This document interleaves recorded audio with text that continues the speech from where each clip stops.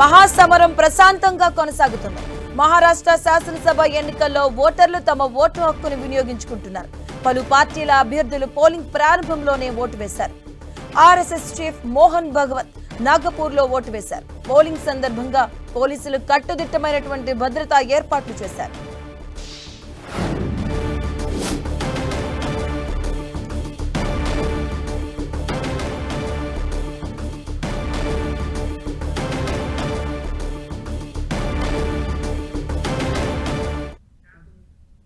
ఇక చలి ఎఫెక్ట్ తో తొలి గంటల్లో ఓటర్లు పోలింగ్ స్టేషన్లకు తక్కువగా వచ్చారు. ప్రస్తుతం ఓటు వేసేందుకు ఓటర్లు ఉత్సాహంగా పోలింగ్ కేంద్రాలకు చేరుకుంటున్నారు. ఇక మహారాష్ట్ర సరిహద్దు నియోజకవర్గాల్లో పోలింగ్ ఉత్సాహంగా కొనసాగుతుంది. సరిహద్దు నియోజకవర్గాల్లో తెలుగు ఓటర్లే కీలకం కానున్నారు. మహారాష్ట్రలో ఒకే విడతలో ఇవాళ ఎన్నికలు జరుగుతూ ఉన్నాయి. మొత్తం 288 స్థానాలకు గాను మొత్తం 4136 మంది పోటీ చేస్తున్నారు. వీరిలో 2086 మంది స్వతంత్ర అభ్యర్థులుగా ఉన్నారు. వీరిలో వివిధ పార్టీలకు చెందిన 156 మంది రెబల్స్ గా బరిలోకి దిగారు.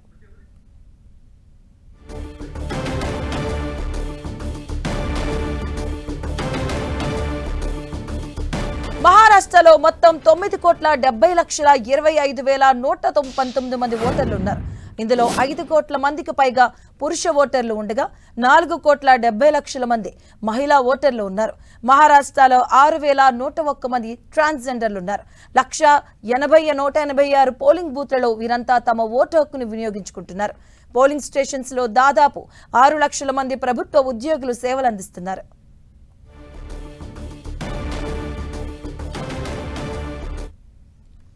ఇక మహారాష్ట్ర జార్ఖండ్ లో ప్రశాంతంగా ఓటింగ్ కొనసాగుతూ ఉంది. ఓటర్లు బారులు తీరుతున్నారు. ఓటు వేసేందుకు ఉత్సాహంగా కనిపిస్తున్నారు. ముఖ్యంగా సరిహద్దులో ఉన్నటువంటి తెలుగు ఓటర్స్ ఎక్కువగా ఇప్పుడు దృష్టి ఎక్కువ సారించారు. దీనికి సంబంధించినటువంటి పూర్తి అప్డేట్స్ మా కరెస్పాండెంట్ గోపి అందిస్తారు. గోపి,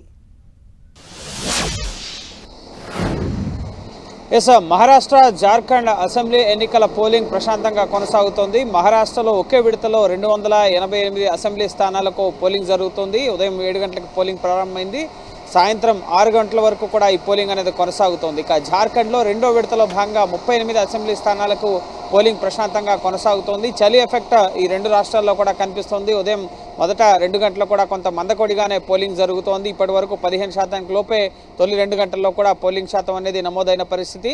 అయితే జార్ఖండ్లో త్వరగా ఎన్నికల పోలింగ్ అనేది ముగియబోతోంది. సాయంత్రం 5 గంటలకే జార్ఖండ్లో ఎన్నికల పోలింగ్ ముగుస్తోంది. అలాగే సమస్యాత్మకంగా ఉన్న 31 పోలింగ్ స్టేషన్స్ పరిధిలో సాయంత్రం 4 గంటలకే పోలింగ్ అనేది ముగియబోతోంది. సో ప్రస్తుతం ఓటర్లంతా కూడా ఇటు పోలింగ్ స్టేషన్స్కి తరలి వస్తున్నారు. ప్రధానంగా మహారాష్ట్రలో ఉదయమే ముఖ్యంగా ప్రముఖులంతా కూడా ఓటు హక్కు వినియోగించుకున్నారు. ఆర్ఎస్ఎస్ చీఫ్ మోహన్ భగవత్ సహా సినీ ప్రముఖులు, బాలీవుడ్ సినీ ప్రముఖులు, అలాగే క్రీడాకారులు సచిన్ టెండూల్కర్, అలాగే ఇటు ఆయన తనయురాలు సారా టెండూల్కర్, అంజలి టెండూల్కర్, ఈ విధంగా వారి కుటుంబ సభ్యులు, అలాగే ఆర్బీఐ గవర్నర్ శక్తికాంత దాస్, ఈ విధంగా ప్రముఖులంతా కూడా ఉదయమే వచ్చి ఓటు హక్కుని వినియోగించుకుంటున్న పరిస్థితి.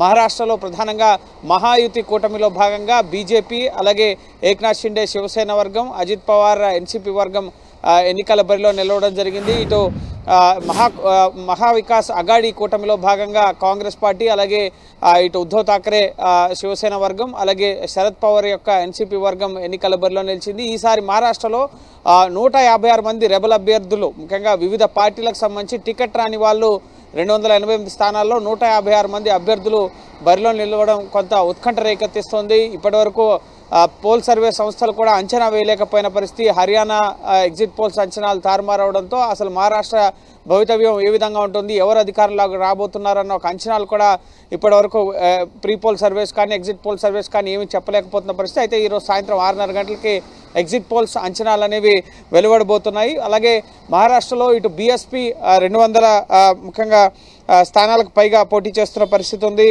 పూర్తిగా ఇటు ఎంఐఎం 237 స్థానాల్లో బీఎస్పీ తమ అభ్యర్థులను బరిలో దింపింది. అలాగే 17 స్థానాల్లో ఎంఐఎంస్ కూడా తమ అభ్యర్థుల్ని బరిలో ఉంచిన పరిస్థితి ఉంది. సో ఏ పార్టీకి వైపు ప్రజలు మొగ్గు చూపుతారు? ఇప్పటికే ముఖ్యంగా అక్కడ మొదట మహావికాస్ అఘాడీ ప్రభుత్వాన్ని అస్థిరపరిచి బీజేపీ ముఖ్యంగా యువతి ఇటు ఏక్నాథ్ షిండే అలాగే అజిత్ పవార్తో జతకట్టి అక్కడ ప్రభుత్వాన్ని ఏర్పరచడం జరిగింది. కాబట్టి సో అనేక అంశాలు ఇటు గ్యారంటీ స్కీమ్స్ ఇటు మహావికాస్ అఘాడీ ఇవ్వడం జరిగింది. బీజేపీ కూడా దానికి ధీటుగా ఎన్నికల హామీలను ఇవ్వడం జరిగింది. కాబట్టి ప్రధాని మోడీ, కేంద్ర మంత్రులు, బీజేపీ పాలిత రాష్ట్రాల ముఖ్యమంత్రులు, ప్రధానంగా తెలుగు వారు ఉండే ప్రాంతాల్లో ఇటు తెలంగాణ సీఎం రేవంత్ రెడ్డి, అలాగే AP deputy CM Pawan Kalyan, ఈ విధంగా తెలుగు రాష్ట్రాలకు సంబంధించిన ఎంపీలు కూడా ప్రచార కార్యక్రమాలను నిర్వహించడం జరిగింది. సో ఎంతో ఉత్కంఠభరితంగా మహారాష్ట్ర ఎన్నికల ప్రచారం అది కొనసాగింది. ఈరోజు ఆ ఉత్కంఠకి తెరపడబోతోంది. 23వ తేదీన ఎన్నికల ఫలితాలు అనేవి జార్ఖండ్, మహారాష్ట్ర రెండు రాష్ట్రాల్లో కూడా వెలువడబోతున్నాయి. ఇక జార్ఖండ్లో కూడా ప్రస్తుతం ప్రశాంతంగా ఎన్నికల పోలింగ్ కొనసాగుతోంది. గతంలో 4-5 విడతల్లో ఎలక్షన్స్ జరిగేవి, కానీ ఈసారి 2 విడతలకు కుదించి కట్టుదిట్టమైన భారీ భద్రత నడుమ, ముఖ్యంగా పోలీస్ స్టేషన్స్లో ఇటు సీసీ కెమెరాల నిఘా పర్యవేక్షణలో భారీ భద్రత నడుమ జార్ఖండ్లో కూడా ఇటు అసెంబ్లీ ఎన్నికల పోలింగ్ అనేది ప్రశాంతంగా కొనసాగుతోంది.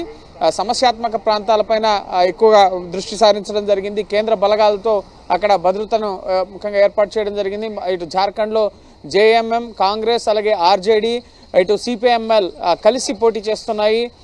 అలాగే ఇటు ఎన్డీఏ కూటమిలో భాగంగా బీజేపీ, అలాగే ఇటు జేడీయూ, ముఖ్యంగా అక్కడ ఉన్న student union AJSU, all Jharkhand student యూనియన్తో కలిసి బీజేపీ అక్కడ పోటీ చేస్తున్న పరిస్థితి ఉంది. లోక్ జనశక్తి పార్టీ ఒక స్థానంలో అక్కడ పోటీ చేస్తున్న పరిస్థితి ఉంది. సో జార్ఖండ్ హేమంత్ సోరెన్ అవినీతి, అలాగే ఇటు మనీ లాండరింగ్ కేసులు సహా అక్కడ ముఖ్యంగా చంపై సోరెన్ని సీఎం చేసి మళ్ళీ ఆయన తొలగించి హేమంత్ సోరెన్ మళ్ళీ ముఖ్యమంత్రి పదవి చేపట్టడం, అలాగే ఇటీవల లోక్సభ ఎన్నికల్లో కూడా 9 లోక్సభ స్థానాల్లో మెజార్టీ స్థానాల్లో బీజేపీ గెలుపొందడం. సో ఖచ్చితంగా 2 రాష్ట్రాల్లో ఇటు మహారాష్ట్ర, జార్ఖండ్ 2 రాష్ట్రాల్లో కూడా బీజేపీ కూటమి ప్రభుత్వం అధికారంలోకి వస్తుందన్న ధీమానైతే ఇటు బీజేపీ కనబరుస్తున్న పరిస్థితి ఉంది. ఖచ్చితంగా ప్రజలు మార్పు కోరుకుంటారని చెప్పి ఇటు ఇండియా కూటమి, అలాగే మహావికాస్ అఘాడీ భావిస్తున్న పరిస్థితి ఉంది. సో ప్రస్తుతం ప్రశాంతంగా పోలింగ్ అనేది కొనసాగుతుంది. ఉదయం 2 గంటల్లో 20% లోపు పోలింగ్ అనేది నమోదైంది. కేంద్ర ఎన్నికల సంఘం మరి కాసేపట్లో పోలింగ్ శాతం వివరాలను కూడా వెల్లడించబోతోంది. అంటే గోపి, ప్రధానంగా మహారాష్ట్రలో ఏ ప్రధాన అంశాలు ఎఫెక్ట్ చూపించబోతున్నాయి? ఎందుకంటే ఎన్నికలకు ముందు మనం చాలా అంశాలు కూడా చూసాం. అంటే బాబా సిద్దికి మర్డర్కి సంబంధించి కావచ్చు, అలాగే బీజేపీ నుంచి కొన్ని కామెంట్స్ కావచ్చు. అంటే కలిసి బీజేపీ నుంచి మనం కలిసి వెళ్ళకపోతే మనం గెలవలేమని బీజేపీ నుంచి కూడా శ్రేణుల నుంచి వచ్చిన కామెంట్స్ కావచ్చు. ఏ ప్రధాన అంశాలు ఎఫెక్ట్గా ఉండబోతున్నాయి అసలు? ఎస్, మహారాష్ట్రలో ప్రధానంగా ఈ కులగణనకు సంబంధించిన అంశం, రిజర్వేషన్ల అంశం, అలాగే ఇటు మహాయుతి కూటమి నుంచి ప్రచారం చూసుకున్నట్లయితే కనుక ఇటు గతంలో మహావికాస్ అఘాడీ అధికారంలో ఉన్నప్పుడు కోవిడ్ కిట్స్కి ఒక స్కామ్స్ జరిగాయి. అలాగే భద్రతా పరంగా కూడా ముఖ్యంగా ఇటీవల బాలీవుడ్ స్టార్స్కి థ్రెట్ పర్సెప్షన్స్ రావడంతో ముఖ్యంగా గతంలో 26/11 టెర్రర్ అటాక్స్కి సంబంధించిన అంశాలు, భద్రతాపరమైన అంశాలు, అభివృద్ధికి సంబంధించిన అంశాలని ప్రధానంగా మహాయుతి కూటమి ప్రచార కార్యక్రమాల్లో నిర్వహించడం జరిగింది. గ్యారంటీ స్కీమ్స్తో పాటు ముఖ్యంగా తెలంగాణలో ఏ విధంగా గ్యారంటీ స్కీమ్స్ అమలు చేస్తున్నారో అదే తరహా గ్యారంటీ స్కీమ్స్ని ఇక్కడ ఇండియా అలయన్స్లో భాగంగా ముఖ్యంగా మహావికాస్ అఘాడీ కూటమి ఇవ్వడం జరిగింది. మహిళలకు ఉచిత బస్సు ప్రయాణంతో పాటుగా 2,500,000 ముఖ్యంగా ఆర్థిక సాయంతో పాటుగా ఉద్యోగ కల్పన, 5 లక్షల ఉద్యోగ కల్పన, అలాగే ఇటు రైతులకి పంటలకు మద్దతు ధర, ఈ విధంగా అనేక హామీల్ని మహారాష్ట్రలో మహావికాస్ అఘాడీ ఇవ్వడం జరిగింది. ఇటు బీజేపీ,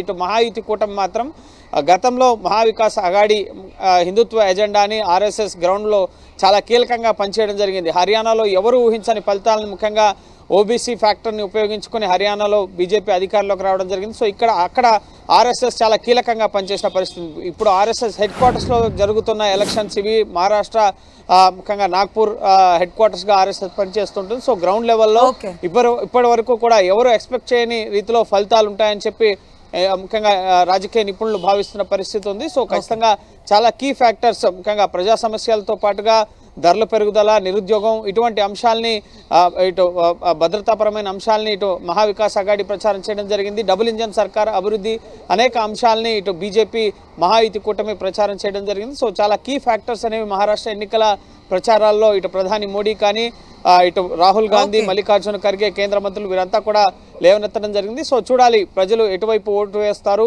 ఫలితాలు అనేవి. Okay, thank you Gopi.